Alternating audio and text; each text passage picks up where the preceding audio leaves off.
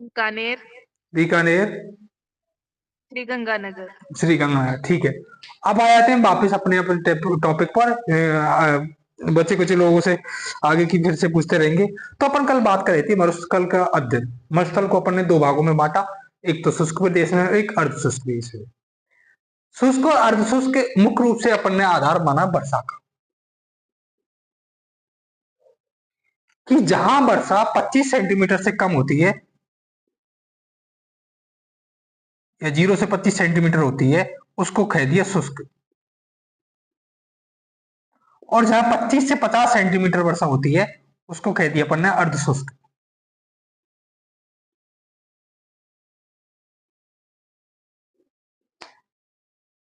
इस तरह अपन ने दो आधार पर मरुस्थल को पढ़ने जा रहे हैं, शुष्क आधार पर और अर्ध शुष्क के आधार पर।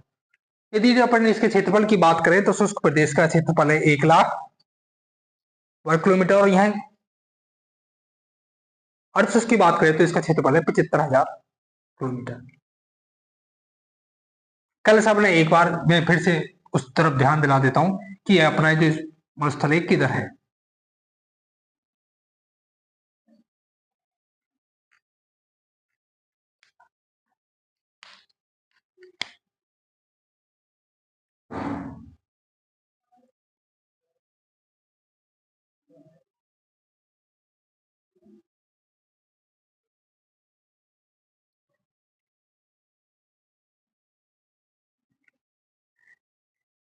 ये वाला भाग है, ये तो है शुष्क, और ये वाला भाग है, ये है अर्ध शुष्क।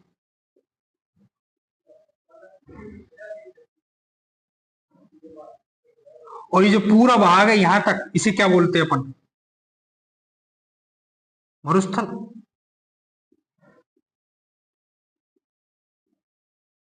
और यहां से तो अपनी अरावली यहीं से तो जा रही है, यही तो अरावली है। इससे इधर की पूरा मरुस्थल। अरावली के पश्चिम भाग में पूरा क्षेत्र मरुस्थल कहलाता है। और उस मरुस्थल को अपने दो भागों में बांटा, शुष्क मरुस्थल और अर्ध शुष्क मरुस्थल। अब अपन शुष्क मरुस्थल हेडिंग डालते हुए आगे पढ़ने जा रहे हैं कि शुष्क मरुस्थल में क्या क्या चीजें पाई जाती हैं, वहां पर क्या क्या विशेषताएं, वहां की कैसी कैसी चीजें हैं, उन सब के बारे में अपन शुष्क मरुस्थल के बारे में पढ़ने जा रहे हैं। तो हेडिंग डालिए शुष्क मरुस्थल।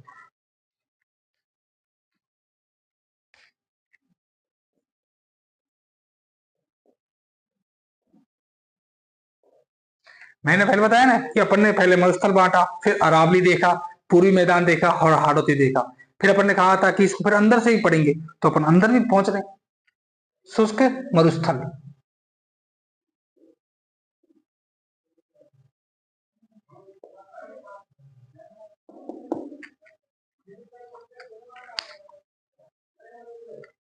यदि अपन शुष्क मरुस्थल की बात करें तो सिंपल सी है कि शुष्क मरुस्थल किसे कहेंगे कि जहां पर 25 सेंटीमीटर से कम वर्षा होती है, उसे अपन शुष्क मरुस्थल कहते हैं। तो इसके आगे सिंपल सी लाइन लिख लीजिए इसमें, 25 सेंटीमीटर से कम वर्षा वाले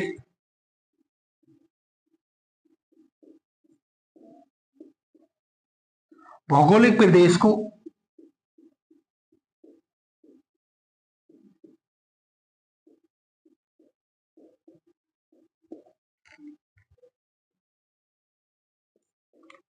शुष्क मरुस्थल कहते हैं।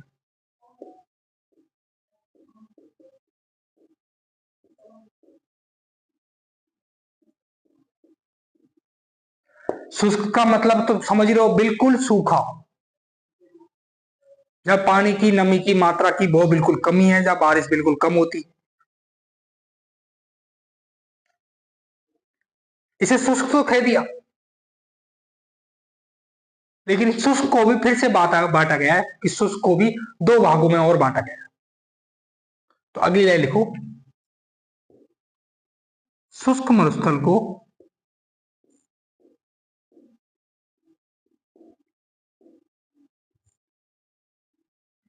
अध्ययन की दृष्टि से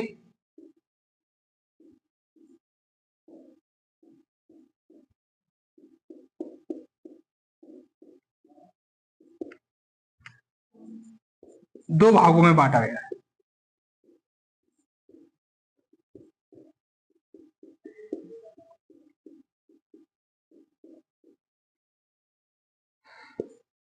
अपन ने पहले मरुस्थल की बात की, तो मरुस्थल को दो भागों में बांटा, शुष्क और अर्ध शुष्क। फिर अपन ने देखा शुष्क किसे कहते हैं, जहां 25 सेंटीमीटर से कम वर्षा होती है उसे शुष्क मरुस्थल कहते हैं। अब इस शुष्क मरुस्थल को भी अध्ययन की दृष्टि से दो भागों में फिर बांटा गया है। और इन दो भागों की बात करें,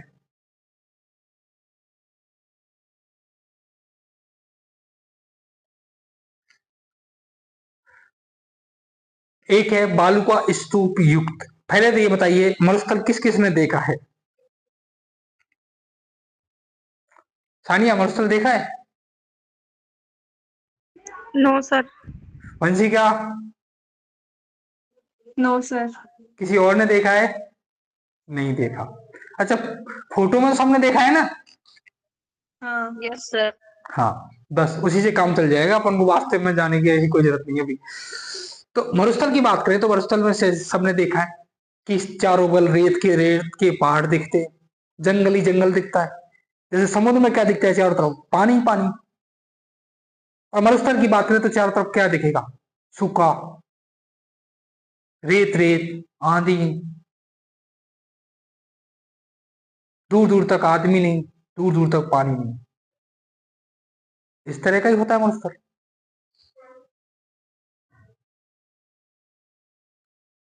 और उस मरुस्थल में क्या क्या अलग अलग, जैसे अपन और आगे जाएंगे तो वहां की विशेषताओं के बारे में देखेंगे कि अलग अलग तरह की चीजें मिलती हैं वहां पर। मरुस्थल को भी देखेंगे कि कुछ तो पत्थरों से पथरीला लावा आ गए, कुछ पूरी तरीके से रेतीला लावा आ गए। लेकिन एक तो फिक्स है कि वो पूरे बंजर क्षेत्र है, बंजर भूमि है, वहां हरियाली नहीं है, बस सूखा ही सूखा है चारों तरफ।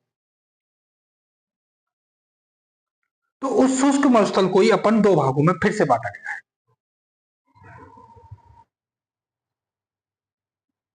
और उसको कहते हैं बालू का स्तूप मुक्त प्रदेश और बालू का स्तूप युक्त प्रदेश।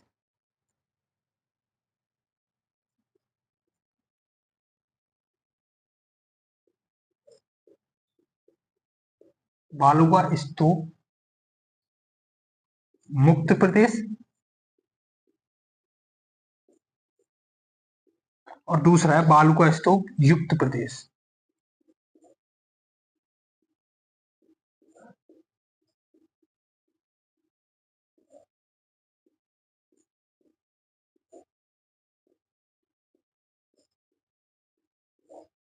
अब कोई मुझे बताएगा बालू का किसे कहते हैं?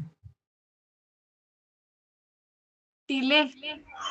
टीले, मिट्टी, रेत, इसको कहते हैं अपन बालू का। और जो स्तूप है उनको कहेंगे टीले। कोई आकृति बना रहे हैं या कुछ ऐसे बना रहे हैं, स्तूप को ये तो कहेंगे कोई डिजाइन बना रहे हैं,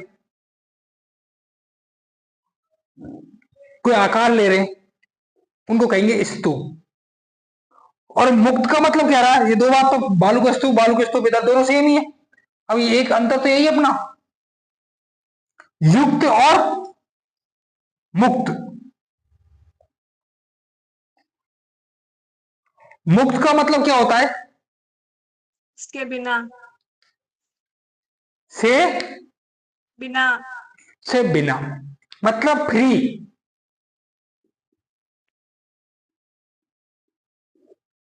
या के बिना।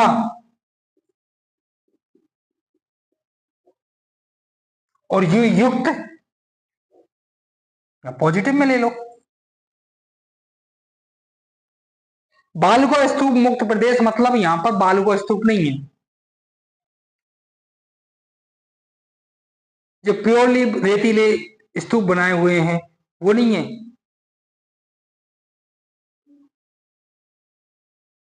और जब यहां की बात करें बालू का स्तूप युक्त प्रदेश, तो इसका मतलब है पूरी तरह रेतीले डिजाइन बनी हुई है, रेतीले स्तूप बनाए हुए हैं अलग अलग तरह की आकृति लिए हुए।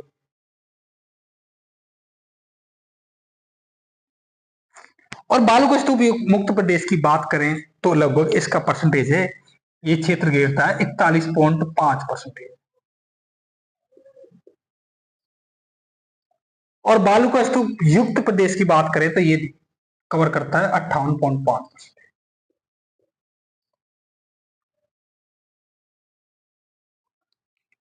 अब एक बार ऐसे कैसे लिख लीजिए, फिर अपन आगे चलेंगे, बालू का स्तूप मुक्त प्रदेश में बढ़ेंगे आगे। अभी बस इतना लिख लीजिए, बालू का स्तूप मुक्त प्रदेश में कितना है, 41.5% मरुस्थल का कवर कर रहा है, शुष्क मरुस्थल का, और वो युक्त शुष्क मरुस्थल का 58.5%। अपन क्या पढ़ रहे हैं, शुष्क मरुस्थल पढ़ रहे हैं, ये ध्यान रहे।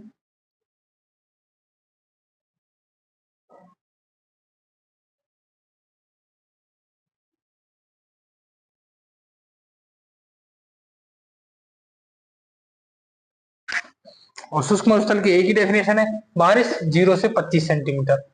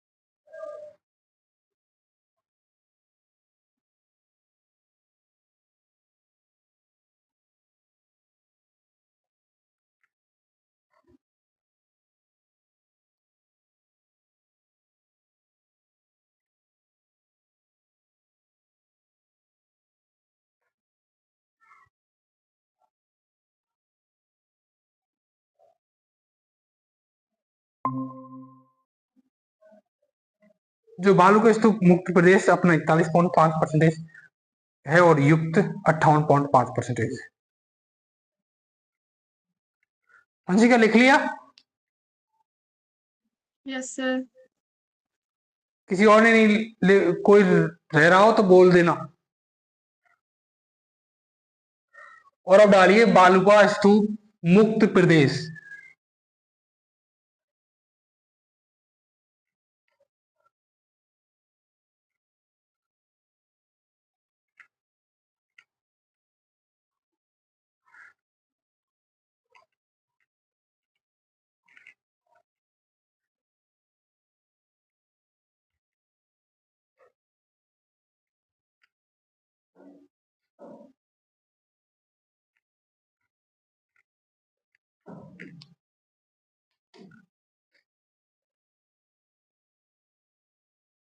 बालू का स्तूप मुक्त प्रदेश।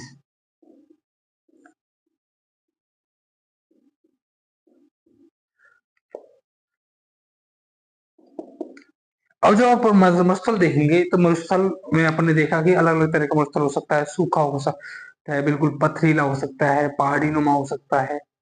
रेती रेत हो सकती है। तो उसी तरह शुष्क मरुस्थल को अपन ने दो भागों में बांटा, बालू का स्तूप मुक्त और युक्त। मुक्त का मतलब है फ्री, यहाँ पर बालू का स्तूप नहीं है, और युक्त का मतलब है जहां पर बालू का स्तूप है। बालू का मतलब रेत से, स्तूप का मतलब आकार से, रेत के आकार नुमा। तो अपन बात करें बालू का स्तूप मुक्त प्रदेश, इसमें सीधा सा यही है, ऐसा प्रदेश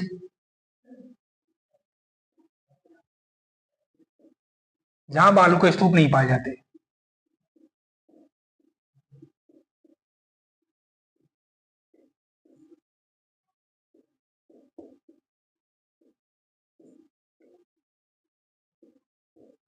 जहां बालू के स्तूप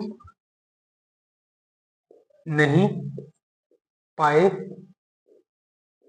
जाते हैं।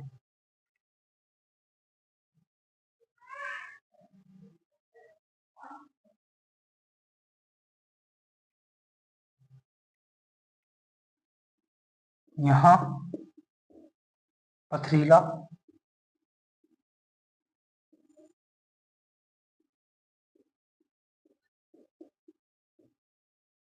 मरुस्थल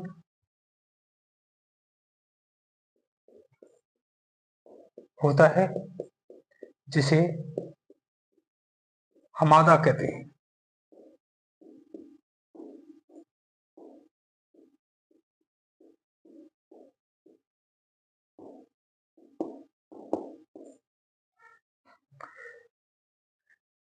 अब ये बात क्लियर हो रही होगी कि मुक्त और युक्त क्यों अपन कह रहे थे। मुक्त का मतलब है यहाँ पर जो रेत के मरुस्थल हैं वो नहीं पाए जाते, उसकी जगह पाया जाता है पथरीला। कुछ जगह जैसे अपन देखते हैं कुछ पहाड़ी जहां पर अपन आसपास ही अपने देखते हैं कि एक तो जमीन ऐसी होती है जब मिट्टी मिट्टी होती है, और उस मिट्टी में यदि कंकर पत्थर ऐसी कुछ भी चीजें मिली हुई होती हैं तो उस क्षेत्र को पथरीला कह देते हैं। पहाड़ी के नीचे जब आसपास की जो तलेटी होती है वो पथरीली जमीन होती है, यहाँ पर मिट्टी तो होती है लेकिन उसमें कंकड़ पत्थर की मात्रा ज्यादा होती है। तो वैसे ही यहाँ पर जो पाया जाता है पथरीला मरुस्थल पाया जाता है ना। और उस पथरीले मरुस्थल को किस क्या कहते हैं, हमादा के नाम से जानते हैं।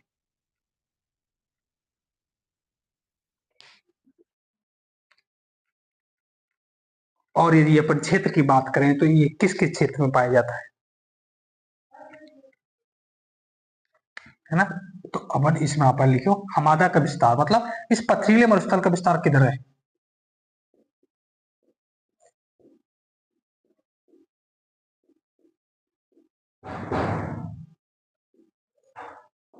देखने से ही पता चल रहा है कि पूरा पहले तो ये जो क्षेत्र कवर करा हुआ है जैसलमेर वाला क्षेत्र करा हुआ है।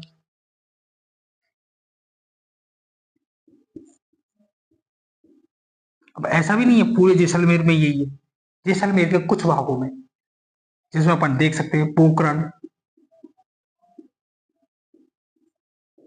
रामगढ़,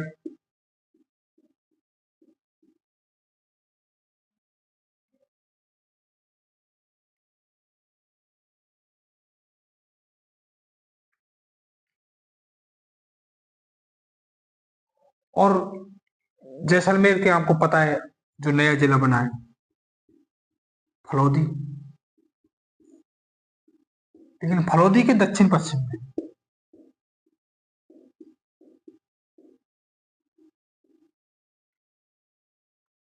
और बाड़मेर का उत्तरी भाग।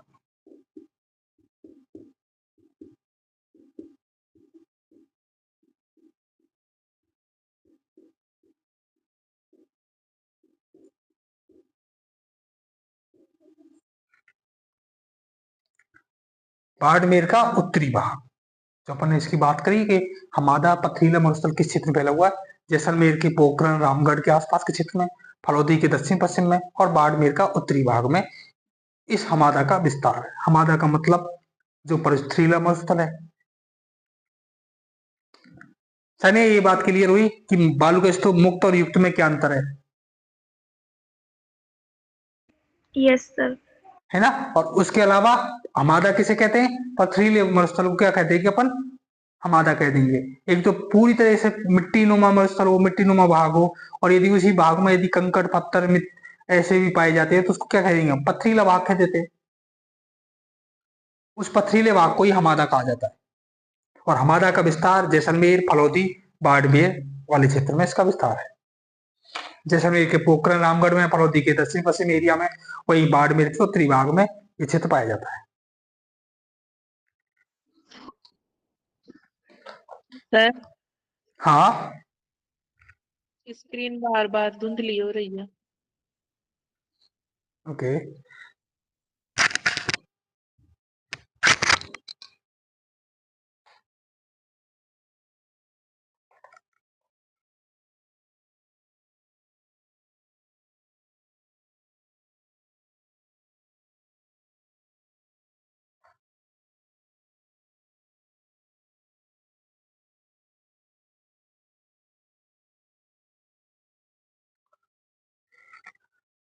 बालू का स्तूप मुक्त प्रदेश और युक्त प्रदेश।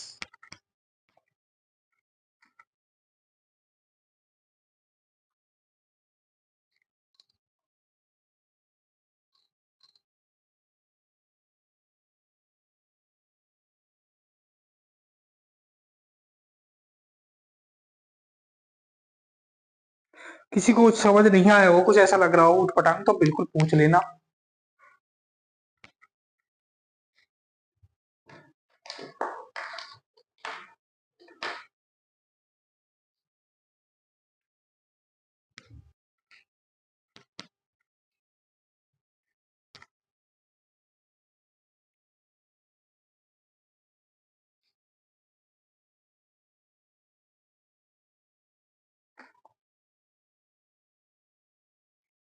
वंशिका लिख लिया?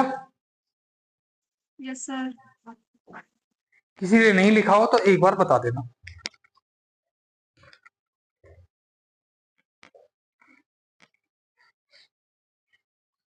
और किसी को समझ नहीं आ रहा हो तो पूछ लेना भाई।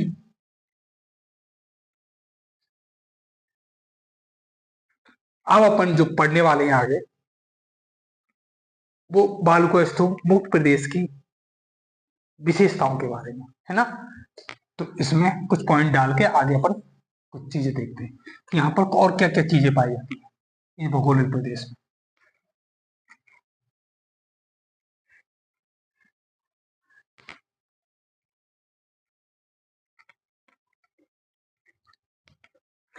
जिसमें पहला नाम आएगा आकड़ बुड़ फैसिल पार्क। आकड़ बुड़ फैसिल पार्क।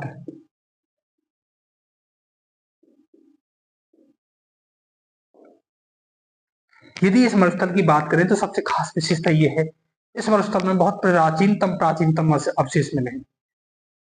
चाहे लकड़ी हो, चाहे एलियन के बारे में जानकारी हो, या और भी अन्य तरह के जानवर जिनके बारे में जानकारी करोड़ों हजारों वर्षों पूर्व की जानकारी मिलती है, जिनके अवशेष मिलते हैं, वो इस मरुस्थल में पाए जाते हैं। एलियन के बारे में सबने सुना है? ऐसा कोई है जिसने नहीं सुना?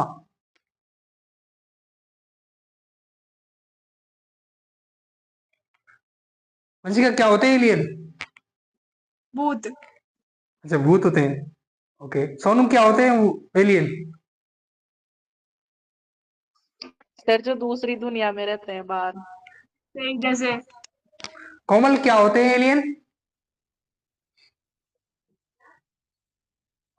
सर उनके बारे में जानूंगी फिर बताऊंगी। जानने पे पता चलेगा।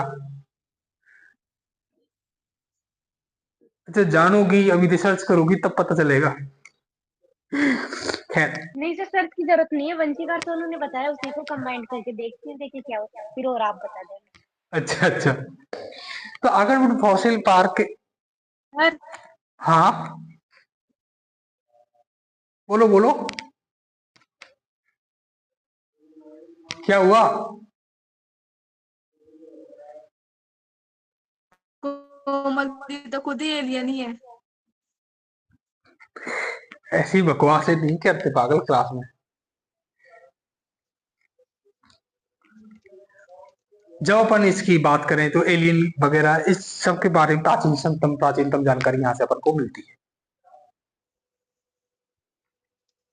यदि इसका बात करें अपन कि ये स्थित कहाँ है, तो जैसलमेर में, या पश्चिम राज्य जैसलमेर बाड़मेर के पास राष्ट्रीय उद्यान है एक। उस राष्ट्रीय उद्यान का कोई नाम बताएगा?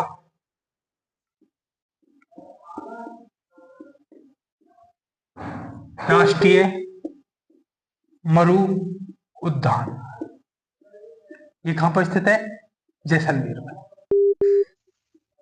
डायरेक्ट पूछा जाता है आकड़वुड फॉसिल पार्क कहां पे? जैसलमेर में। जैसलमेर में भी यदि क्या दे रखा है, राष्ट्रीय मरु उद्यान स्थित है, तो राष्ट्रीय मरु उद्यान के अंतर्गत आकड़वुड फॉसिल पार्क है। अभी यह है क्या? वास्तविक में तो यह है पुरानी उस जमाने के जंगल है, उनके बारे में जानकारी मिलती है। लगभग 18,000 करोड़ वर्ष पूर्व की लकड़ी मिली हुई है यहाँ पर। तो यहाँ के अवशेष है, आप सोच के देखो, 18,000 करोड़ वर्ष पूर्व।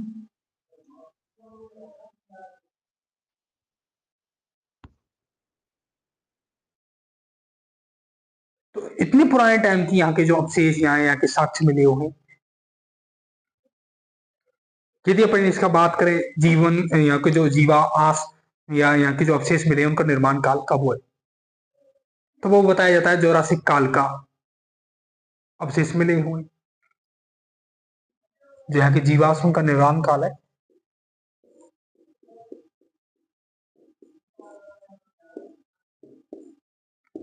वो माना जाता है जोरासिक काल का। अब जिसने थोड़ी सी ज्योग्राफी पढ़ी है, फिजिकल ज्योग्राफी, उसने काल भी पढ़ी होंगी, और जिसने नहीं भी पढ़ी उसको अभी इसके बारे में जानने की ज्यादा जरूरत है नहीं, है ना। जुरासिक काल किस पीरियड के हैं ये? जुरासिक काल के। यदि टाइम पीरियड की बात करें तो 18 करोड़ वर्ष पूर्व।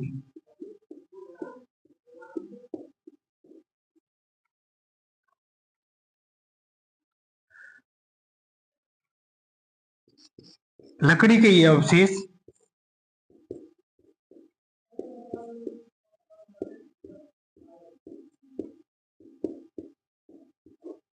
भारत में राजस्थान के प्राचीनतम है। इससे पुराना कोई अवशेष नहीं मिलता भारत और राजस्थान का लकड़ी का। ये भारत और राजस्थान दोनों में ही सबसे प्राचीनतम है। आकड़ बुर्ड फैसिल पार्क, है ना। बुर्ड से पता ही चल रहा है कि लकड़ी की बात कर रहे हैं अपन। जो स्थित है कहाँ है? राष्ट्रीय मरु उद्यान जैसलमेर में है। जीवाश्म निर्माण काल मतलब जो यहाँ की लकड़ी है वो कब का निर्माण काल है? जुरासिक काल का। और लकड़ी के ये अवशेष भारत में राजस्थान के प्राचीनतम अवशेषों में से एक है। तो ये लिख लीजिए फटाफट। याद रखने के लिए इतना ही है। आकड़वुड तहसील पार्क कहां पर स्थित है? तो राष्ट्रीय मरु उद्यान जैसलमेर में। निर्माण काल जुरासिक काल में, इतना नहीं पूछा जाता।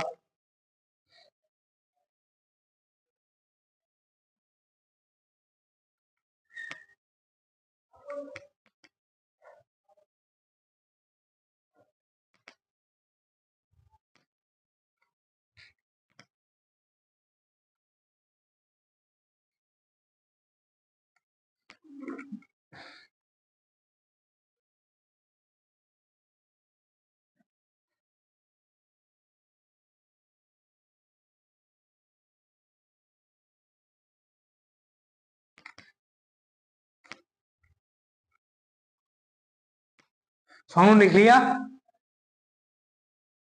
Yes sir.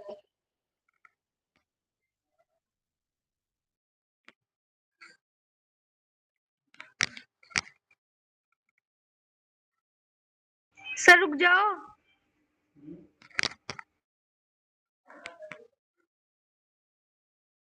जीवाश्म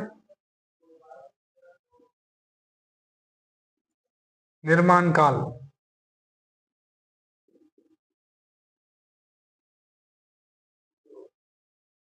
जुरासिक काल में। आकड़ वुड फॉसिल पार्क स्थित कहां पर है? राष्ट्रीय मरु उद्यान जैसलमेर में है। और इसका जीवन का निर्माण काल कौन सा है? जुरासिक काल, लगभग 18 करोड़ वर्ष पूर्व। और लकड़ी के ये अवशेष भारत में राजस्थान के प्राचीनतम, न केवल भारत के राजस्थान, न केवल राजस्थान के बल्कि भारत के भी ये प्राचीनतम अवशेष है।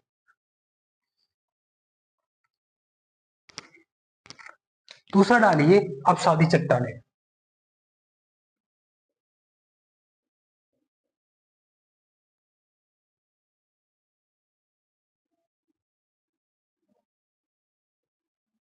जैसा कि अपन ने पहले ही बात की कि ये बालू का स्तूप मुक्त प्रदेश है और यहाँ पर जो मरुस्थल है वो पथरीला टाइप का है, थोड़ा सा मिट्टी में कंकड़ पत्थर की मात्रा ज्यादा है।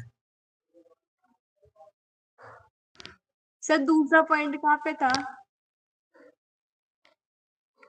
ये दूसरा पॉइंट कहाँ पे था ये पूछना चाह रहे हो आप? कुछ नहीं।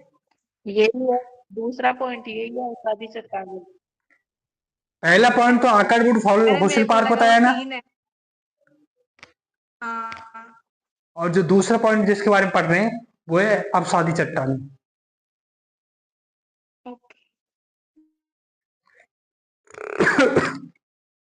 ये बालू स्तूप मुक्त प्रदेश की, चाहे आप ऊपर एक हेडिंग डाल के विशेषताएं करके, और इन 3 पॉइंट है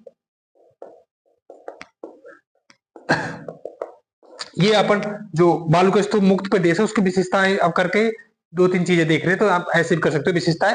और फिर पहला पॉइंट अपन ने देखा आकड़वुड फॉसिल पार्क, दूसरा अवसादी चट्टानें। जो शुष्क मरुस्थल है ये पथरीला मरुस्थल है, जो यहाँ की चट्टानें पाई जाती हैं उसमें चूना चूना पत्थर व बलुआ पत्थर की मात्रा पाई जाती है। चूना पत्थर की बात करें तो अब तो अपने यदि जैसे देखें कि सीमेंट आ गया, बहुत सारी चीजें, बहुत तरह तरह की चीजें आ गई, जिसमें मुख्य रूप से सीमेंट। पुराने अपने जो भी मकान बने मिलेंगे वो सारे चूना पत्थर के मिलेंगे। सबने देखा है ना चूना पत्थर? कोई ऐसा है जिसने चूना नहीं देखा? अगर अपनी कॉलेज की पुरानी दीवारें देख लोगे ना तो वो भी चूना पत्थर से बनी हुई है। ये बात सच है या नहीं है? पुराने मकान आपने सामने देखे हैं आसपास सब चारों तरफ, देखते हैं पुरानी हवेलियां, तो सब चूना पत्थर से बनी हुई होती है। अपने पास में है एक पुरानी हवेली, वो दिखा दो। नहीं हमारे पास नहीं, इधर की इनके सब के स्टूडेंटों के आसपास ही बहुत सारी हवेलियां हैं। अंग्रेजों के जमाने का हमारे दरवाजा है बगल में। वंशिका तुम्हारे खुद के ही है क्या? नहीं, हमारे नहीं है सर, पास में ही है वो अच्छा तो। पास में है ना।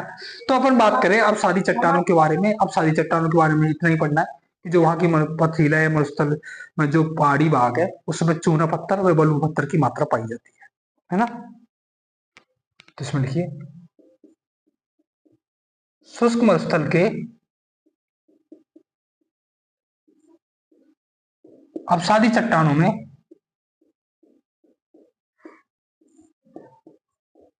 वैसे एक बात क्लियर होगी, अवसादी चट्टानें खा पाई जाती हैं शुष्क मरुस्थल में।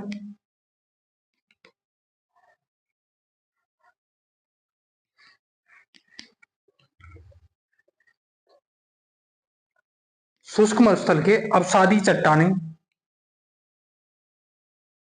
शुष्क मरुस्थल में, शुष्क मरुस्थल के अवसादी चट्टानों में चूना पत्थर व बलुआ पत्थर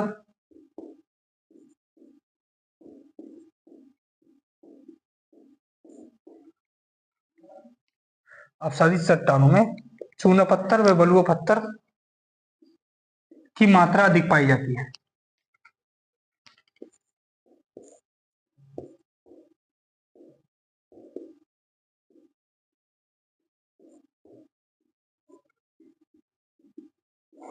जो अवसादी चट्टानें हैं उसमें चूना पत्थर व बलुआ पत्थर की मात्रा अधिक पाई जाती है।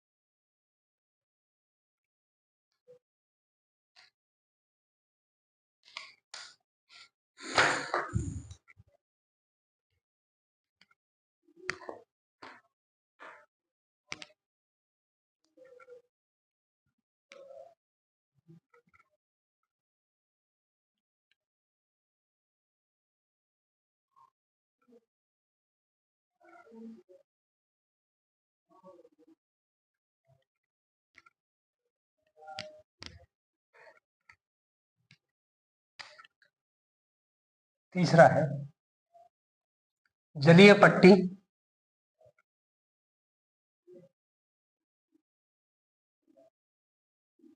या लाठी सीरी।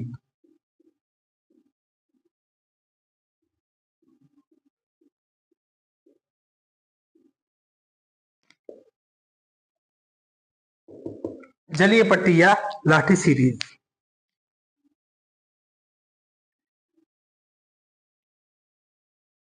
जैसा कि अपन बहुत सारे साक्ष्यों में या अपन ग्रंथों की बात करें या यहाँ पर बहुत सारे रिसर्च से पता चलता है कि पुराने टाइम पे जो ये वर्तमान मरुस्थल है, इस जगह एक नदी बहती थी, सरस्वती।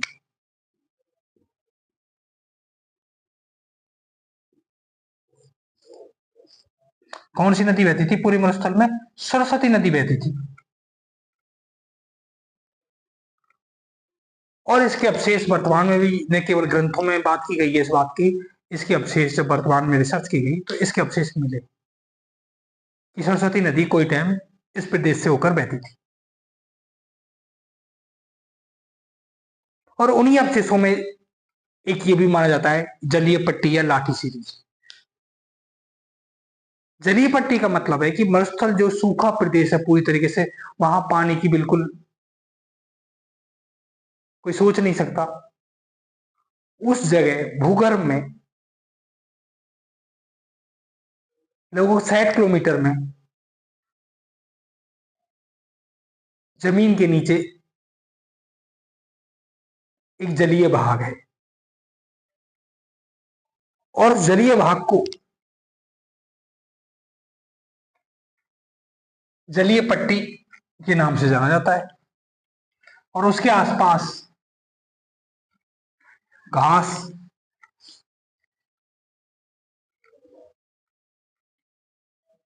उसे सेवन घास के नाम से जाना जाता है।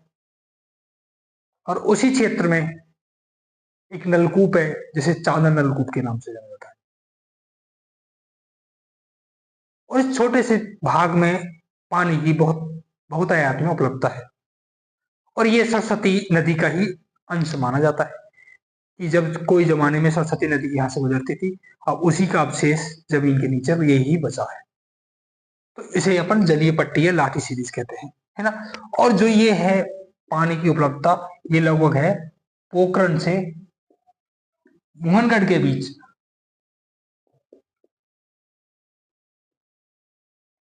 पोखरण से मोहनगढ़ के बीच लगभग 60 किलोमीटर क्षेत्र में ये जलीय पट्टी फैली हुई है। पोखरण से मोहनगढ़ के बीच कितने क्षेत्र में? 60 किलोमीटर में लगभग ये पूरा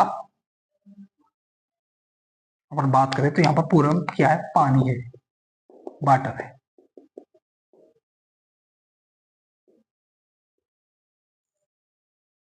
तो पुरानी सरस्वती की नदी के सिद्धांत को भी साबित करता है।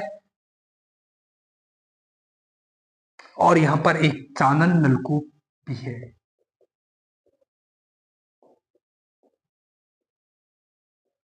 जो बस इसी स्रोत से जुड़ा हुआ है। और इसके आसपास जो घास पाई जाती है उसे सेवन घास कहते हैं।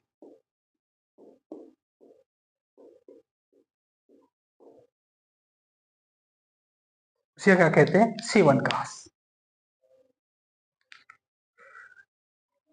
जब खैर मूवियों की तो बात ही क्या करें, मूवियां तो आपने बहुत ज्यादा देखी है। तो सरस्वती नदी का प्राचीनतम जो अवशेष मिलता है इस स्थल में इस जलीय पट्टी के रूप में मिलता है, जो लगभग पोखरण से मोहनगढ़ के मध्य फैली हुई है, 60 किलोमीटर के एरिया में।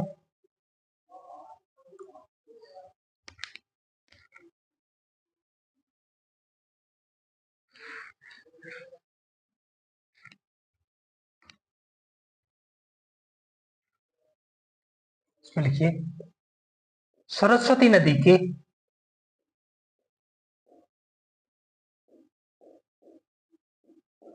भूगर्भिक अवशेष को, भूगर्भिक मतलब जमीन के नीचे, भूमि के नीचे,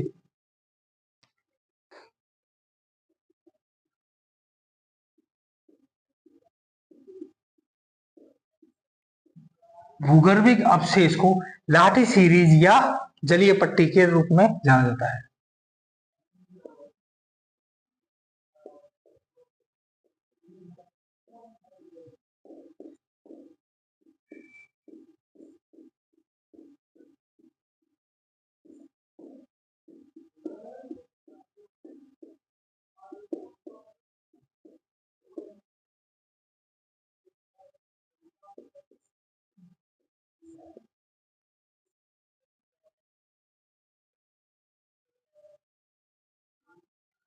लाठी सीरीज या जलीय पट्टी के रूप में जाना जाता है।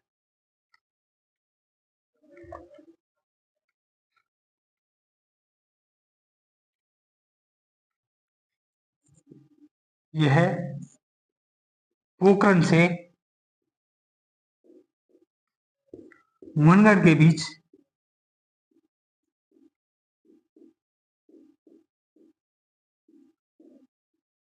60 किलोमीटर में फैला हुआ है।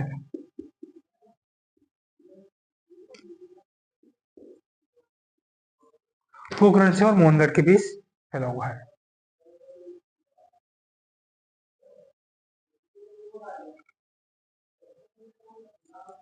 इस प्रदेश में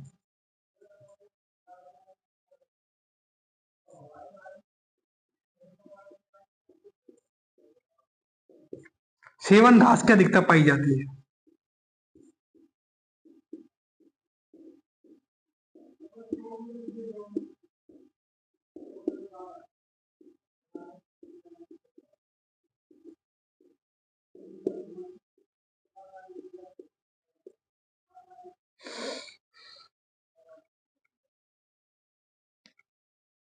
इसे गोडावन की शरण स्थली भी कहा जाता है।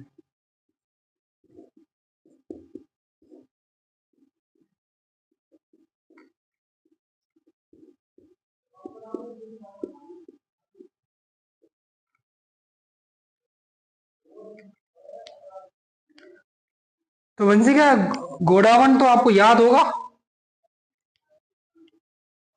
हाँ। हाँ, ऐसे कैसे भूल सकती हूँ मैं। तो जरा बताइए गोडावन क्या होता है। पक्षी। और राष्ट्रीय। अच्छा, राष्ट्रीय। राज्य तक राष्ट्रीय।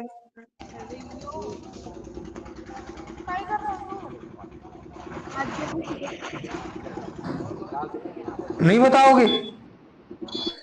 पक्षी। मतलब इस पक्षी ने वंशिका को क्या बना दिया था। Miss pressure. Miss fresher. अब कॉमन सोच के देखो, तब भी इन्होंने गोडावन के बारे में कोई जानकारी नहीं ली। बताओ कितना मतलब कौन से भाग्य का तुमने इसको दूध पिलाया, कुछ इसकी सेवा की बेचारे की, जहां तुम्हें थोड़ा सा सम्मान तो दिलवाया ना। अपन एक बात करते हैं कि कहीं न कहीं कर्मा इज बैक, तो क्या पता तुम्हारे जो नाम याद आ गया है ना। तो सिर्फ भूल गए आप बेचारे गोडाउन को है। नहीं भूलना चाहिए ना। कोमल क्या कहते हो, नहीं भूलना चाहिए ना।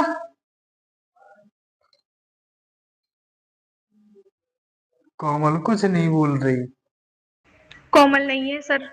अच्छा, तो सानी नहीं भूलना चाहिए ना नहीं गोडाउन को।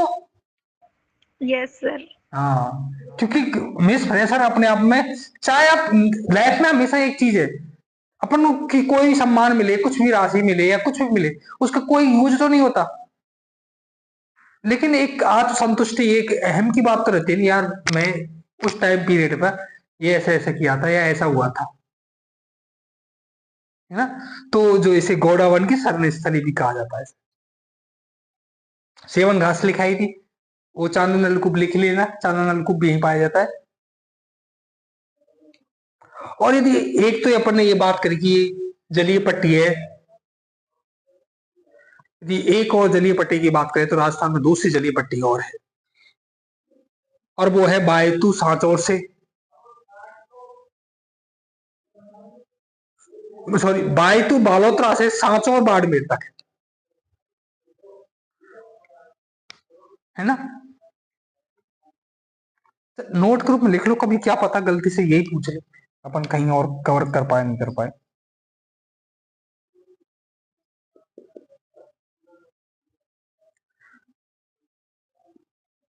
राजस्थान की दूसरी जलीय पट्टी, और यह है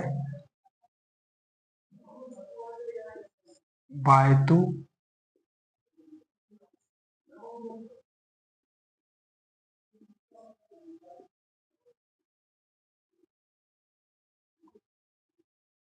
सांचौर।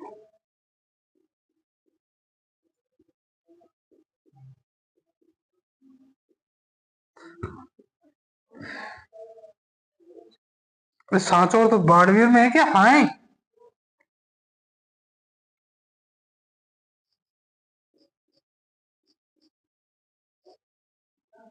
इसे आप बालोतरा की जगह बाड़मेर कर सकते हो। वायु वायु क्या? चेंज क्यों कर देते हो बार बार? इतना एक्यूरेसी के साथ लिख रहे हो क्या आप? तो गलत हो गया ना नोटबुक तो। और एक चीज मैं आपको फिर बता दूं, देखो ये ज्योग्राफी के जब मैं बिल्कुल आपको करा रहा हूँ, या चाहे मैंने जितना भी कुछ करा, जिस दिन मैं ये कह दूं ना ज्योग्राफी कंप्लीट, उस दिन ये मानना कि बहुत मैं जो टॉपिक करा रहा हूँ वहां कुछ मैं इंतु किंतु परंतु पे चल के नहीं चलता। चाहे वो टॉपिक हो मत हो, कैसे भी, चाहे एक दिन की जगह चाहे उसमें 10 दिन लगे, पर ये है कि हाँ इसको आप पढ़ लोगे नहीं तो ये आपका 90% क्वेश्चन कवर हो जाएंगे। जीके में 10% की तो अपन कभी बात नहीं करते, क्योंकि कुछ हर हमेशा कुछ चीज ऐसी हो। फिर दूसरी चीज, आप जितनी बार रिवीजन करोगे एक्यूरेसी अपने उसके हिसाब से बढ़ती है। एक कॉपी में से आप जितनी, यदि आपने 10 बार पढ़ी है तो उस हिसाब से नंबर आएंगे, और यदि उसी को यदि आपने 20 बार पढ़ लिया तो उसी हिसाब से नंबर आएंगे।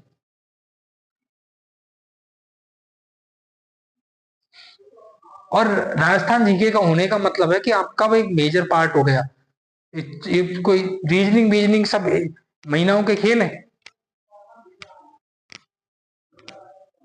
मैथ हुई, मैथ एक यदि यदि राजस्थान के नॉर्मल एग्जाम की बात करें तो इजीली हो जाती है। यदि कुछ एग्जाम ऐसे हैं जिसमें अच्छी खासी मैथ आती है, उसके लिए टाइम बेशक चाहिए। मैथ के लिए टाइम चाहिए, इंग्लिश के लिए टाइम चाहिए, साइंस के लिए कोई ज्यादा टाइम नहीं चाहिए। और राजस्थान जीके तो अपने आप में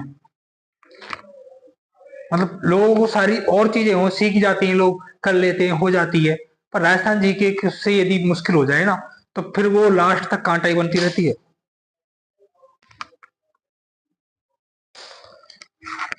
इसलिए कोशिश ये रहे कि ये पूरा याद रहे और अच्छे से याद रहे।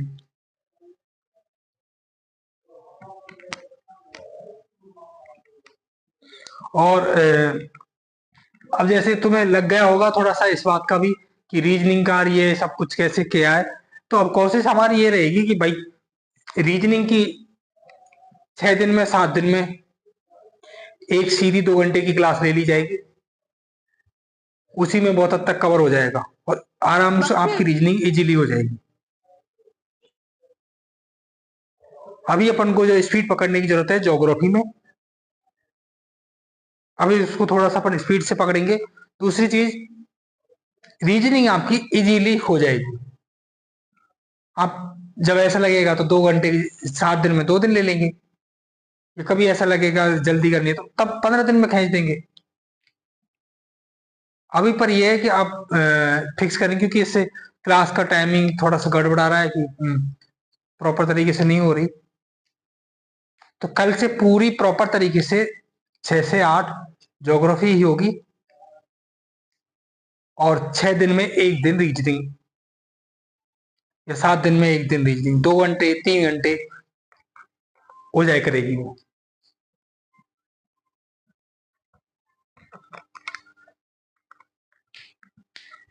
ये तो लिख लिया होगा।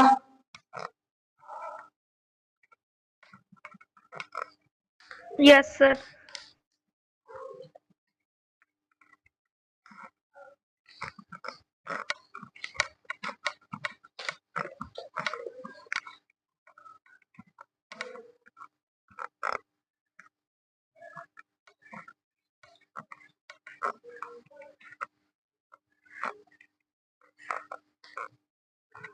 यदि आप बात करें तो आज अपन ने क्या देखा, बहुत बहुत कम देखा है आज अपन ने।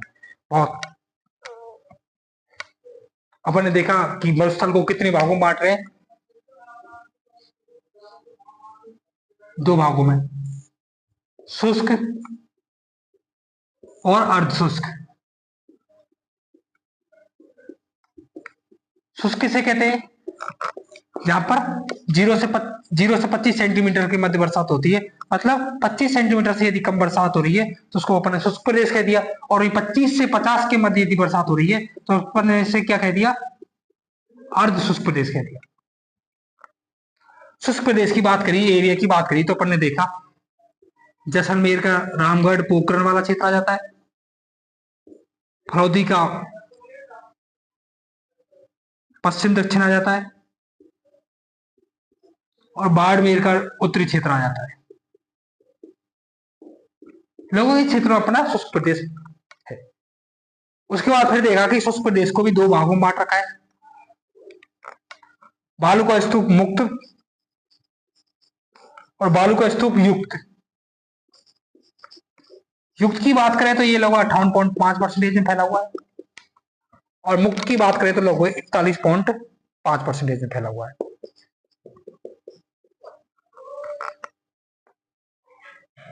बालू का स्तूप मुक्त का मतलब है कि ऐसा प्रदेश जहां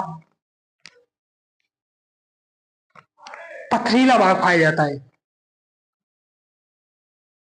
जिस मिट्टी में पत्थरों की अधिकता होती है, जहां कोई रेत के टीले या रेत के आकार नुमा कोई स्तूप नहीं होते, उसको अपन ने बालू का स्तूप मुक्त प्रदेश मान लिया। और जहां रेत के टीले या आकार होते हैं उसको क्या कह देंगे अपन, बालू का स्तूप युक्त प्रदेश। इसके अलावा अपन ने देखा इसमें मुक्त प्रदेश में कि यहां पर आकरवुड फैसिल पार्क राष्ट्रीय मरुद उद्यान जैसलमेर का पार्ट है। उसके अलावा अवसादी चट्टानें हैं। इसके अलावा जलीय पट्टी है, लाठी सीरीज है। जलीय पट्टी है, ये सरस्वती नदी का भूगर्भिक भाग है, सरस्वती की नदी के अवशेष को प्रमाणित करता है।